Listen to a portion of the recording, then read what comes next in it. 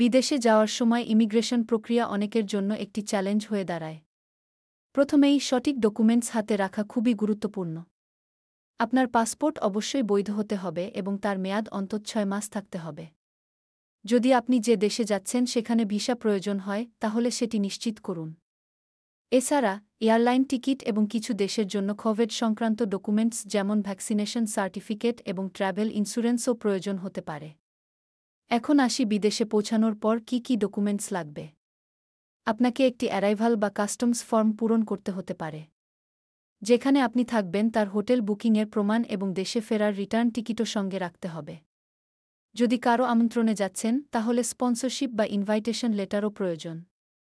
Immigration অফিসাররা সাধারণত কিছু প্রশ্ন করেন। তারা জানতে চান আপনি কোথায় যাচ্ছেন, কতদিন থাকবেন এবং আপনার থাকার জায়গা কোথায়। এসব প্রশ্নের উত্তর দিতে গিয়ে শান্ত ও শ্রদ্ধাশীল থাকা জরুরি।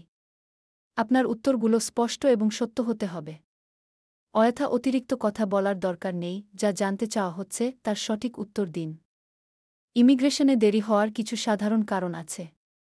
ভুল বা মিসিং ডকুমেন্ট, অ্যারাইভাল ফর্ম ঠিকমতো পূরণ না করা, কিংবা গন্তব্য দেশের কোভিড সংক্রান্ত নিয়মাবলী না মানা, এসব কারণে দেরি হতে পারে।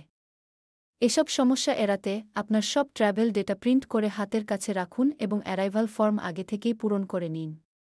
আপনার পোশাক ও আচরণ যেন পেশাদার ও স্বাভাবিক হয় সেদিকেও খেয়াল রাখুন। এখন যখন আপনি ইমিগ্রেশন কাউন্টারে পৌঁছাবেন, তখন মনে রাখবেন সবকিছু ঠিকঠাক থাকলে আপনার যাত্রা হবে মসৃণ। আত্মবিশ্বাসের সাথে এগিয়ে যান এবং আপনার আন্তর্জাতিক ভ্রমণ উপভোগ করুন।